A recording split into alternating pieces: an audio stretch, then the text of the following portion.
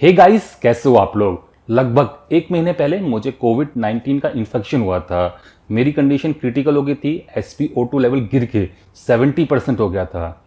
आप लोगों की दुआओं की वजह से और मेरी फैमिली की मेहनत की वजह से आज मैं इस खतरे से बाहर हूँ। वायरस तो दोस्तों मेरे शरीर में नहीं रहा है। RT-PCR नेगेटिव है और एंटीजन टेस्ट भी नेगेटिव है, बट वायरस ने जो डैमेज किया है वो आज भी मेरे शरीर के अंदर मुझे परेशान कर रहा है। तो आज मैं आप लोगों को बताऊंगा कि मैं अब कैसा महसूस करता हूँ। दोस्तों, नो डाउट मेरे शरीर में अब वायरस तो नहीं है। RT-PCR टेस्ट नेगेटिव आया है और इवन एंटीजन टेस्ट भी नेगेटिव है। एंटीबॉडीज बन चुकी हैं।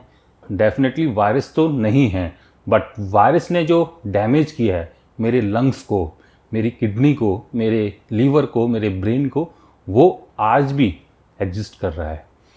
ब्रेन में जो डैमेज हुआ है जिसकी वजह से मुझे टेस्ट और स्मेल में दिक्कत हो रही है। अभी भी दोस्तों मुझे अच्छे से टेस्ट का पता नहीं चल पा रहा है। स्मेल तो दोस्तों बिल्कुल, अगर मैं नाक के पास ले जाऊं तभी मुझे कुछ स्मेल आती है। तो अभी दोस्तों इसमें रिकवर करने में समय लगेगा। और सिमिलर केस है लंग्स का। यहाँ पर सफोकेशन होती रहती है मुझे। जब तक स्टेरॉइड्स पर था तब तक कुछ नहीं पता चल रहा था, बट जैसे स्टेरॉइड्स बंद हुई हैं तब से दोस्तों सफोकेशन होती है। कई बार सांस लेने में दिक्कत होती है, लगता है कि दम घुट रहा है। फ्रेश एयर में मुझे जाना पड़ता है, बाहर जाना पड़ता है, तब जाकर दोस्तों कंडीशन नॉर्मल होती है। और ऐसे केस में अगर मैं डरता हूँ तो ये जो सफोकेशन की प्रॉब्लम है ये और भी वर्स हो जाती है। लगता है कि किसी ने गला ही घोट दिया, बिल्कुल भी सांस नहीं आ रही। ये प्रॉब्लम अभी एग्जिस्ट करती है। और साथ में दोस्तों अगर मैं थोड़ा बहुत चल लूँ, कुछ कर लूँ, SpO2 लेवल गिर के 92, 93 हो जाता है।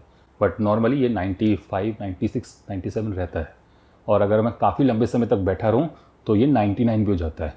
बट अगर कुछ करता हूँ तो 92, 93 पहुँच जाता है। और पल्स रेट भी काफ़ी बढ़ रही है, अराउंड 165 तक पहुँच जा रही है। तो ये दिक्कत अभी भी है। और यहाँ पर मैंने एक NCCT KU भी करवाया था, जिसके बारे में मैं अभी आगे बताता हूँ।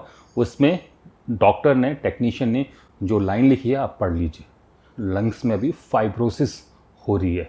और जब मैंने सांस के डॉक्टर से बात की तो उसने भी मुझे बताया कि आपको लगभग, क्योंकि आपके लंग्स जिस हिसाब से डैमेज हुए हैं, यहाँ पर आप एक्सरे देख लीजिए। इस एक्सरे को देख के उसने कहा है कि लगभग 3 से 4 महीने लग सकते हैं कम से कम आपके लंग्स को पूरी तरीके से रिकवर होने में। अभी भी लंग्स में निमोनिया के पोस्ट सिम्टम्स हैं। तो ये तो हो गया लंग्स के बारे में। अब आते हैं लीवर पर। डेफिनेटली इस कोविड ने मेरे लीवर को भी काफ़ी डैमेज किया है। मेरा GGT जो कि नॉर्मली पहले भी ज़्यादा रहता था, but because of this infection ये 242 चला गया था। और अब दोस्तों ये थोड़ा सा कम हो रहा है, अराउंड 170 के करीबन आ गया है। But because of this infection liver में जो डैमेज हुआ है उसकी वजह से मुझे कॉन्स्टिपेशन होने लगी है। मैं दोस्तों बहुत सारा पानी इनटेक कर रहा हूँ। मैं अभी आगे बताऊँगा क्यों इनटेक कर रहा हूँ जब किडनी पर आऊँगा। But because of this liver damage मुझे कॉन्स्टिपेशन की शिकायत होने लगी है। ऑल्दो पहले भी रहती थी, बट इतनी नहीं रहती थी जितनी कि मुझे अब महसूस होती है। और एक कांस्टेंट सा पेन मेरे लीवर के जहाँ पर होता है वहाँ पर काफ़ी दिनों से रह रहा है। तो नो डाउट लीवर में भी कुछ ना कुछ डैमेज हुआ है, जिसके बारे में आगे इन फ्यूचर पता चलेगा और मे बी ये रिकवर हो जाए। अब आते हैं दोस्तों हार्ट पर। एक कांस्टेंट सा पेन दोस्तों मेरा इस साइड काफ़ी दिनों से रह रहा है। मैंने दिल के डॉक्टर से भी बात की है, उन्होंने रूल आउट किया कि नहीं, ये हार्ट पेन नहीं, आपके लंग्स से पेन आ रहा है और मे बी ये गैस का पेन हो सकता है, बट डेफिनेटली ये हार्ट की प्रॉब्लम नहीं है। बट एक कांस्टेंट सा पेन दोस्तों मेरा इस एरिया में काफ़ी दिनों से रह रहा है। थोड़ा सा नीचे अगर मैं यहाँ पर चला जाऊँ तो यहाँ पर भी पेन रहता है। अब आते हैं किडनी पर। यहाँ पर सबसे बड़ी प्रॉब्लम क्रिएट हुई है दोस्तों। मुझे स्टोन्स की प्रॉब्लम पहले से थी और मुझे नहीं मालूम कि ये जो स्टोन अभी मेरे शरीर में दिख रहा है ये बिकॉज ऑफ कोविड है कि ये पहले से था।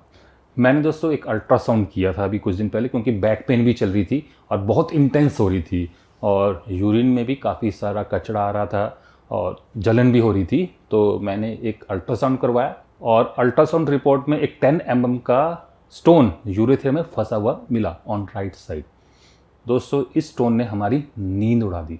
क्यों? क्योंकि ये ब्लॉकेज कर रहा था और एक माइल्ड सा हाइड्रोलोसिस मतलब कि किडनी में पानी भरना, ये इस रिपोर्ट में भी आया था। तो मैंने डॉक्टर को कंसल्ट किया। डॉक्टर ने कहा कि 3 दिन तक ये यूरीपास या कुछ इस टाइप की कोई दवाई है, ये ले लीजिए, और अगर इससे स्टोन नहीं निकलता है तो आपको यूरोलॉजिस्ट से मिलना होगा, मे बी एक सर्जरी करानी होगी। तो मैं डर गया और हम लोग फिर भागे अपोलो, और वहाँ पर एक मतलब अभी लास्ट जो मंडे गया उसमें मेरी सर्जरी प्लान हुई। मैंने एनेस्थेसिया वाले से भी अपॉइंटमेंट लेके जो कंडीशन है उसको डिस्कस कर लिया था। यहाँ पर ये निकल के आया कि मुझे जनरल एनेस्थेसिया तो नहीं दिया जाएगा। क्यों? क्योंकि मेरे लंग्स इतने अच्छे नहीं हैं, काफ़ी डैमेज हैं। डॉक्टर्स ने प्लान किया कि स्पाइनल एनेस्थेसिया देके ही सर्जरी की जाए। पहले दोस्तों PCNL कर रहे थे, मतलब कि पीछे से छेद करके स्टोन को निकालने की कोशिश कर रहे थे, बट क्योंकि मैंने ब्लड थिनर्स खा रखे हैं और मेरा लंग्स भी इतना नहीं सपोर्ट करेगा तो जनरल एनेस्थेसिया तो नहीं मिलेगा। तो डॉक्टर्स ने कहा कि नहीं, अब लेज़र लिथोस्कोपी की जाएगी जिसमें पेनिस के रास्ते दूरबीन डाल के स्टोन को तोड़ा जाएगा। तो यहाँ पर काफ़ी ड्रामा चला। ऐसा नहीं है कि लास्ट हम लोग इस रिज़ल्ट पर आ गए, बट बीच में डॉक्टर्स ने काफ़ी डराया, काफ़ी हम लोग भी डरे, बट थैंक्स टू सर्टेन अच्छे डॉक्टर्स जिन्होंने सजेशन दिया कि लंग्स नहीं इस समय आपके सपोर्ट करेंगे तो आप मत ऑपरेशन करवाइए। अभी किडनी इतनी जल्दी डैमेज नहीं होती है, लगभग अगर आप 1.5-2 महीने से इग्नोर करो तो कुछ डैमेज हो सकता है, बट नॉर्मली डैमेज नहीं होती। तो डॉक्टर की सलाह से मैंने जो मेडिसिन्स हैं उनको खाया। कुछ होम्योपैथी मेडिसिन्स भी मैंने स्टार्ट की, जैसे कि वर्बरिस वल्गरिस, और साथ में एक कंपोजिशन है, मैंने इसको यूज़ किया और फाइनली ये जो मेरी 10 mm की पथरी है ये निकल गई। बट अभी भी कुछ पथरी है जो कि मेरे शरीर में बची हुई है, किडनी स्टोन लगभग 12 mm का लोअर प्रोब में राइट हैंड साइड की किडनी में है अभी भी, और अगर मैं इन दवाइयों को कंटिन्यू रखता हूँ तो डेफिनेटली वो भी निकल जाएगा। तो ये जो प्रॉब्लम है ये काफ़ी दिनों से मेरे को, मेरे परिवार वालों को परेशान कर रही थी। काफ़ी हम लोग मेंटल स्ट्रेस में थे, ऑलरेडी सफोकेशन हो रही थी, बट जब इसके बारे में सोचा जाता था तो सफोकेशन और भी इंटेंस हो जाती थी। तो ये कुछ यहाँ पर कहानी है। और एक चीज़ और मैं आपको बताना चाहूँगा, अभी भी दोस्तों अगर मैं बैठ के उठता हूँ चक्कर आते हैं, ब्लैक आउट हो जाता है। ये भी एक प्रॉब्लम अभी मुझे दिख रही है और डॉक्टर्स का कहना है कि ये भी समय के साथ ख़त्म हो जाएगी। तो ये है दोस्तों मेरी condition right now after 1 month of Covid infection, वो भी क्रिटिकल वाला। अगर आपका कोई सवाल हो, कोई क्वेश्चन हो, कोई क्वेरी हो इस वीडियो को लेके, आप मुझे नीचे कमेंट सेक्शन में पूछ सकते हो। अगर आपका खुद का कोई एक्सपीरियंस है वो भी आप नीचे शेयर कर सकते हो। तो फिलहाल आज के लिए बस इतना ही। आशा करता हूँ कि आप सभी लोग मेरी इस वीडियो को लाइक करेंगे, शेयर करेंगे, और अगर आप लोग मेरे इस चैनल में नए हो तो मेरे इस चैनल को सब्सक्राइब भी करेंगे। नमस्कार, बाय बाय।